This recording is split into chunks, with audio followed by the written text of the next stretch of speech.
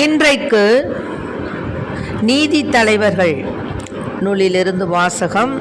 இயல் 13 இறை வார்த்தைகள் 2:7 மற்றும் 24 முதல் 25 முடிய.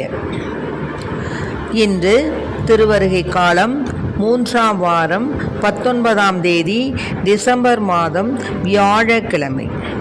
இன்று தேவன் நமக்கு தரும் ஜீவநீர் ஊற்றான இறை வார்த்தைகள் நீதி தலைவர் நூலிலிருந்து வாசகம். இயல் 13 இறை வார்த்தைகள் 2:7 மற்றும் 24 25 முடிய. அந்நாட்களில் சோராவை சார்ந்தவரும் தான் குலத்தவருமான ஒருவர் இருந்தார். அவர் பெயர் மனோவாகு. அவர் மனைவி மலடியாய் இருந்ததால் குழந்தை பெறவில்லை. ஆண்டவரின் தூதர் அப்பெண்ணுக்கு தோன்றி அவரிடம், நீ மலடியாய் இருந்ததால் இதுவரை குழந்தை பெற்றெடுக்கவில்லை. ஆனால் இனி நீ கருவுற்று ஒரு மகனை பெற்றெடுப்பாய். இப்பொழுது கவனமாயிரு. திராட்சை ரசமோ மதுபானமோ அருந்தாதே. தீட்டான எதையும் உண்ணாதே. ஏனெனில் நீ கருவுற்று ஒரு மகனை பெற்றெடுப்பாய். சவர கத்தி அவன் தலை மீது படக்கூடாது. ஏனெனில் பையன் பிறப்பில் இருந்தே கடவுளுக்கென்ன நாசீராக இருப்பான். அவன் இஸ்ரேல் மக்களை பெலிஸ்தியரின் கையில் இருந்து விடுவிக்க தொடங்குவான் என்றார். அப்பெண் தன் கணவரிடம் வந்து கூறியது, கடவுளின் மனிதர் என்னிடம் வந்தால் அவரது தோற்றம் கடவுளின் தூதரின் தோற்றம் போல் பெரிதும் அச்சத்துக்குரியதாக இருந்தது. அவர் எங்கிருந்து வந்தவர் என்று நான் அவரை கேட்கவில்லை. அவரும் எனக்கு தம் பெயரை அறிவிக்கவில்லை. அவர் என்னிடம், இதோ நீ கருவுற்று ஒரு மகனை பெற்றெடுப்பாய். ஆகவே நீ திராட்சை ரசமோ மதுபானமோ அருந்தாதே. தீட்டான எதையும் உண்ணாதே. ஏனெனில் பையன் பிறந்த நாள் முதல் இறக்கும் நாள் வரை கடவுளுக்கென்ன நாசீராக இருப்பான் என்றார். அப்பெண் ஒரு மகனை பெற்றெடுத்து அவனுக்கு சிம்சோன் என பெயரிட்டார். பையன் வளர்ந்து பெரியவனானான். ஆண்டவர் அவனுக்கு ஆசி வழங்கினார். சோராவுக்கும் எசுத்தாவேலுக்கும் இடையே அவன் இருக்கும்போதுதான் ஆண்டவரின் ஆவி அவனை தூண்டத் தொடங்கியது. ஆண்டவரின் அருள்வாக்கு. இறைவா உமக்கு நன்றி. ஆண்டவரே, நீரே என்னை மயக்கி விட்டீர், நானும் மயங்கி போனேன். ஆண்டவரே, நீரே என்னை மயக்கி விட்டீர், நானும் மயங்கி போனேன். தாயின் கருவினில் உருவாகி நீர் தடுக்கி விழும்போது தாங்கி நின்றார்.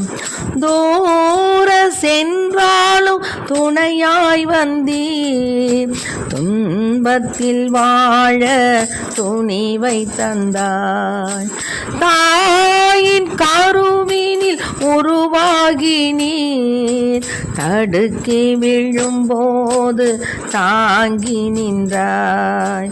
தூர சென்றாலும் துணையாய் வந்தீர், துன்பத்தில் வாழ துணிவை தந்தார்.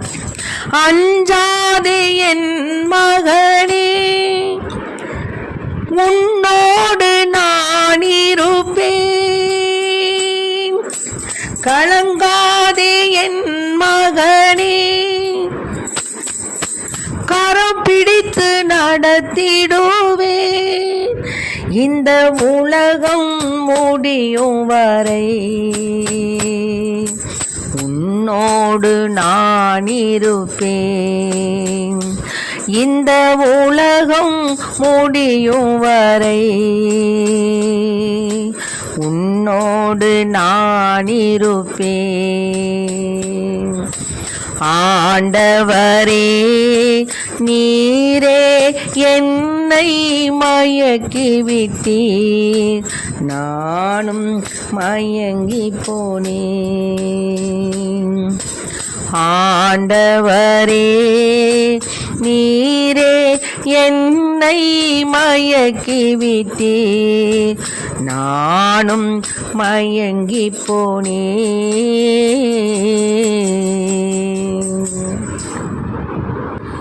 இன்றைக்கு நம் தேவன் தரும் ஜீவ நீரூற்றான இறை வார்த்தைகளை கேட்டோம்.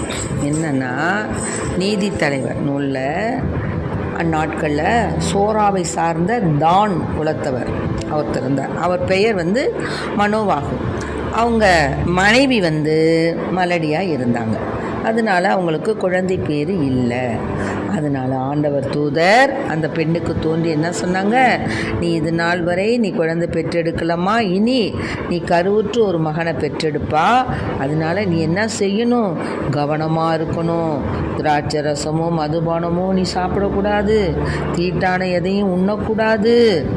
அப்புறம் நீ கருவுற்று ஒரு மகனை பெற்றெடுப்பாய், சவர கத்தி அவன் தலையில் படக்கூடாது. ஏன்னா பையன் பிறப்பிலிருந்தே கடவுளுக்கென நாசீராக அவன் இருப்பான். அதாவது நாசீர்னா கடவுளுக்காகவே குறிக்கப்பட்ட, கடவுளுக்காகவே ஒப்படைக்கப்பட்ட ஒரு குழந்தைன்னு பேர். அதனால் இப்போ என்ன சொல்கிறாரு, நீ நம்ம நல்லபடியாக அந்த குழந்தையை பெற்றெடுக்கணும். அதோடு இல்லாமல் இஸ்ராயல் மக்களில் பெலிஸ்தியரின் கையிலிருந்து அவன் என்ன செய்வான், இஸ்ராயல் மக்களை விடுவிப்பான். அப்புறம் அது மாதிரி சொன்ன உடனே அந்த அம்மா ஓடியாந்து அவங்க கணவர்கிட்ட சொல்கிறாரு, ஒரு கடவுளின் மனிதர் என்னிடம் வந்தார், அவருடைய தோற்றம் கடவுளுடைய தூதர் போல் இருந்துச்சு, ஆனால் பார்க்குறதுக்கே ரொம்ப அச்சமாக இருந்துச்சு. ஆனால் அவர் எங்கிருந்து வந்தார்னு நான் கேட்கல, அவரும் எனக்கு தான் பெயரை சொல்லலை. ஆனால் என்ன சொன்னார்னா, நீ கருவுற்று ஒரு மகனை பெற்றெடுப்பாய், அதனால் நீ திராட்சை ரசமோ மதுபானமோ சாப்பிடக்கூடாது, அருந்தக்கூடாது, தீட்டான எதையும் நீ சாப்பிடக்கூடாது. ஏன்னா பையன் பிறந்த நாள் முதல் இறக்கும் நாள் வரை கடவுளுக்கென்ன குறிக்கப்பட்ட மகனாக இருப்பான் அப்படின்னு சொன்னார். உடனே அந்த பெண்ணும் அதே மாதிரி இருந்து ஒரு மகனை பெற்றெடுத்தார். அவர் தான் சிம்சோன். இந்த பையன் மலர்ந்து பெரியவனானா அவனுக்கு ஆண்டவர் ஆசிகள் நிறைய வழங்கினார். அதனால் சோராவுக்கும் அந்த எசுத்தாவேலுக்கும் இடையே தான் அவன் இருக்கும்போது தான் ஆண்டவருடைய ஆவி அவனை தூண்டத் தொடங்கியது. இவ்வாறாக தேவன் அந்த மனோவாகுக்கு ஒரு குழந்தை பேற்றினை கொடுத்து சிம்சோனை பிறக்க வைத்தார். இது மாதிரி தான் ஆண்டவர் ஈசாயின் குலக்கொழுந்தே, மக்களுக்கு ஒரு அரும் சின்னமே, எம்மை மீட்க எழுந்தருளும் தாமதம் செய்யாதேயும் என்று நாம் என்ன செய்கிறோம், இப்போ தேவனுடைய பிறப்பை நாம் வேண்டிக் கொண்டிருக்கிறோம். நாளெல்லாம் அவருடைய பெருமையை பேசிக்கொண்டிருக்கிறோம். திருப்பாடல் 71 கூறப்பட்டுள்ளது போல். அதே மாதிரி லூக்கா எழுதின நற்செய்தியில் ஏரோது அரசனாக இருக்கும் பொழுது அபியா வகுப்பை சேர்ந்த செக்கரியா அப்படின்னு ஒரு குரு இருந்தார். அவர் மனைவி ஆரோனின் வழி வந்தவர். அவர் பேர் எலிசபெத். அவங்க 2 பேரும் கடவுளுடைய பார்வையில் நேர்மையாக இருந்தாங்க.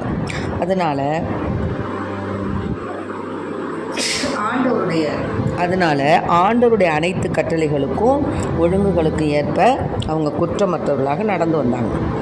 அவங்களுக்கு குழந்தை பாக்கியம் இல்லை. ஆனால் எலிசபெத் கருவுரை இயலாதவராக இருந்தார். மேலும் அவர் வயது முதிர்ந்தவராக இருந்தார். அப்படி இருக்கும்போது செக்கரியா கடவுளுடைய திருமுன் குருத்துவ பணி ஆற்றும்போது ஆண்டவருடைய திருக்கோயிலுக்கு போய் தூபம் காட்டினார். அப்போது யார் என்று தூபம் காட்டுவது யார் என்று சீட்டு குளிக்க போட்டபோது செக்கரியாவை கொடுந்துச்சு. அவர் தூபம் காட்டுற வேளையில் மக்கள் கூட்டத்தின் அனைவரும் வெளியே இறைவனிடம் வேண்டிக் கொண்டிருந்தனர். அப்போ ஆண்டவருடைய தூதர் ஒருவர் தூய பீடத்தின் வலப்பக்கத்தில் அவருக்கு தோன்றி அவரை கண்டு என்ன சொன்னார், செக்கரியா நீ அச்சமுற்று கலங்கினார். செக்கரியா அப்படின்னாரு. அவருக்கு பயம். வானதூதர் அவரை நோக்கி பார்த்தார். செக்கரியா அஞ்சாதீர், உமது மன்றாட்டு கேட்கப்பட்டது. உங்கள் மனைவி எலிசபெத்து உமக்கு ஒரு மகனை பெற்றெடுப்பாள். அவருக்கு யோவான் என பெயரிடுவீர். நீர் மகிழ்ந்து பேருவகை கொள்வீர். அவரது பிறப்பால் பலரும் மகிழ்ச்சி அடைவாங்க. ஆண்டவர் பார்வையில் பெரியவராய் இருப்பார். திராட்சை மதுவோ வேறு எந்த மதுவோ அருந்த மாட்டார். தாய் வயிற்றில் இருக்கும்போதே தூய ஆவியால் முற்றிலும் ஆட்கொள்ளப்படுவார். அவர் இஸ்ரேல் மக்களுள் பலரை தம் கடவுளாகிய ஆண்டவரிடம் திரும்பி வரச் செய்வார். எலியாவின் உளப்பாங்கையும் வல்லமையையும் உடையவராய் அவருக்கு முன் செல்வார். தந்தையரும் மக்களும் உளம் ஒத்துப்போகச் செய்வார். நேர்மையாளர்களின் மனநிலையை கீழ்ப்படியாதவர்கள் பெற செய்வார். இவ்வாறு ஆண்டவருக்கு ஏற்புடைய ஒரு மக்கள் இனத்தை ஆயத்தம் செய்வார் என்றார். செக்கரியாவும் வானதூதரிடம் இது எப்படிப்பா நடக்கும் அப்படின்னு கேட்டார். நான் வயசானவன், என் மனைவியும் முதிர்ந்தவளாயிற்றே அப்படின்னு சொல்லும்போது வானதூதர் சொல்கிறாரு, நான் கப்ரியேல், கடவுளின் திருமுன் நிற்பவன். உம்மோடு பேசவும் இந்த நற்செய்தி உமக்கு அறிவிக்கவும் அனுப்பப்பட்டேன். இதோ பாரும், உரிய காலத்தில் நிறைவேறியிருக்கும் என்னுடைய வார்த்தைகளை நீ நம்பவில்லை. அதனால் நீ நிறைவேறும் வரை என்ன செய்யணும்? பேசற்றவராய் இருப்பீர், உம்மால் பேச முடியாதுன்னு சொன்னார். அதே மாதிரி சக்கரியாவுக்காக மக்கள் காத்திருந்தாங்க. காலம் தாழ்த்துவதை குறித்து வியப்படைந்தார்கள். அவர்களிடம் பேச முடியாமல் இருந்தார். ஆதலால் அவர் திருக்கோவிலில் ஏதோ காட்சி கண்டிருக்க வேண்டும் என்று அவருடைய சைகை மூலியமாகவே உரையாடினாங்க. அப்போ அவருடைய திருப்பணி காலம் முடிந்தது. அவர் வீடு திரும்பினார். மனைவி எலிசபெத்து கருவுற்று 5 மாத அளவும் பின்னருடைய கண்ணில் படாமல் இருந்தார். மக்களுக்குள் எனக்கு இருந்த இகழ்ச்சியை நீக்க ஆண்டவரின் மீது அருள் கூர்ந்து இந்நாள் இவ்வாறு செய்து அருளினார் என்று தமக்குள் சொல்லிக் கொண்டார். ஆகவே அன்பு பிள்ளைகளே, இதை கேட்டுக்கொண்டிருக்கிற அன்பார்ந்த பிள்ளைகளே, பிள்ளை பேர் இல்லாமல் தவித்து கொண்டிருக்கும் அன்பு பிள்ளைகளே, உங்களுக்கும் ஆண்டவர் ஒரு நற்செய்தியை அறிவிக்கின்றார். இந்த வருடம் எப்படி சிம்சோனை பிறக்க வைத்தாரோ, எப்படி யோவானை பிறக்க வைத்தாரோ, அதுபோல உங்களுக்கும் ஒரு குழந்தை பாக்கியம் உண்டு. குழந்தை பேர் இல்லாமல் மனம் கசிந்து நொந்து அழுது தன்னுடைய அந்த உள்மன காயங்களை ஆற்ற முடியாமல் தவித்து கொண்டிருக்கும் பெண்களே, மனைவிமார்களே, கணவன்மார்களே, நீங்கள் கலங்காதீர்கள்.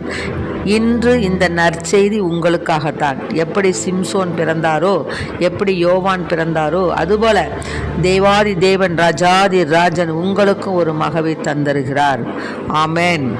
இது நிச்சயம். இதை நம்புகின்றவர்களுக்கு நிச்சயமாக ஆண்டவர் ஒரு குழந்தை பாக்கியத்தை நிச்சயமாக தர இருக்கின்றார். ஆகவே நீங்கள் மனம் கசிந்து அழாது இறைவனுக்கு நன்றி செலுத்தி ஆண்டவரின் நம்பிக்கை உடையவர்களாய் ஜெபம் செய்யுங்கள். உங்களுக்கு கட்டாயமாக பிறக்கப் போகும் பாலனாகிய இயேசு பிஞ்சு கரத்தினாலே ஆசீர்வதித்து அவரே பிறப்பார். குழந்தை பாக்கியம், குழந்தையாய் பிறப்பார். இயேசு பிஞ்சு, இயேசு குழந்தை, இயேசு உங்களுக்கும் ஒரு பரிசை தருகிறார். ஆகவே அன்பு பிள்ளைகளை, இது நாள் வரைக்கும் திருமணமாகி எத்தனையோ ஆண்டுகளாகிவிட்டன, நமக்கு குழந்தை பேர் இல்லையே என்று ஏங்கி தவித்து கொண்டு இருக்க அன்பு குழந்தைகளை, உங்களுக்கு இந்த வருடம் நிச்சயமாக குழந்தை பாக்கியம் உண்டு. எழுதி வைத்துக் கொள்ளுங்கள். நீங்கள் நம்பிக்கையுடையவர்களாய், விசுவாசம் உள்ளவர்களாய், இந்த மலையை இங்கிருந்து பெயர்ந்து போ என்று சொன்னால் அது போகும். அத்தகைய விசுவாசத்தோடு அந்த ஆபிரகாம் தன் ஒரே மகனை பலியிட, ஈசாக்கை பலியிட துணிந்து அழைத்து சென்றது போல நீங்களும் நம்பிக்கை உடையவர்களாய், விசுவாசம் உடையவர்களாய் ஆண்டவருக்கு நன்றி கூறுங்கள். உங்கள் ஜெபங்கள், உங்கள் விண்ணப்பங்கள் நன்றியுடன் கூடியதாக ஆண்டவருடைய திரு சித்தத்தின்படி அமைவதாக இருக்க கடவுள். ஆகவே குழந்தை பேறு என்பது தவமாய் கிடந்து வரமாய் பெற வேண்டி உள்ளதே என்று சலித்து கொள்ளக்கூடிய தம்பதிகள், உங்கள் குடும்ப வாழ்க்கையில் நிம்மதி இல்லாமல் வாழ்ந்து வருகிறீர்களா? மகப்பேற்றின்மை இல்லாது புலம்புகின்றீர்களா? பல மருத்துவமனைகளை நாடி தேடி சென்று உங்களுடைய பயணம் அதிலேயே கழிந்து போகிறதா? பிள்ளை பேருக்கான உடற்கூறு செயற்பாட்டு ஆய்வுகள், உயிர் அணுக்கள் ஆய்வுகள், சோதனை குழாய் குழந்தைக்கான முயற்சிகள் எல்லாம் தோல்வியடைந்ததா? பயப்படாதீர்கள். மகப்பேற்றின்மை குறைபாட்டை நீங்கள் மனம் கசிந்து அதனை ஏற்று வீண் பழியும் இழிவும் உடையவர்களாக இருக்கின்றீர்களா? பயப்படாதீர்கள். நீங்கள் கண்ணீர் விடாதீர்கள். நவீன சிறப்பு வசதிகள் கொண்ட பொது மருத்துவமனைகளை விட கருத்தரிப்பு மையங்களின் எண்ணிக்கை அதிகரித்துகிறதே, அதில் சென்றும் உங்களுக்கு இல்லையா? கவலைப்படாதீர்கள்.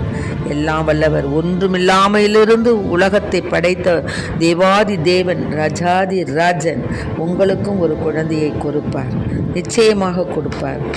ஆகவே நீங்கள் நிம்மதி பெற்றோராய், சாந்தம் பெற்றோராய், நிறைவான பெற்றோர்களாய் இந்த செய்தியை தாங்கி வரும் திருவருகை உங்களுக்கு மகப்பேறு அதுவாய் அமையட்டும்.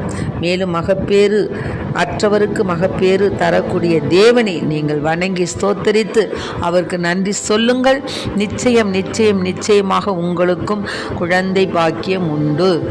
இந்த வருடமே உங்களுக்கு அற்புதமாக குழந்தை பாக்கியத்தை தருவார் நம் தேவன்.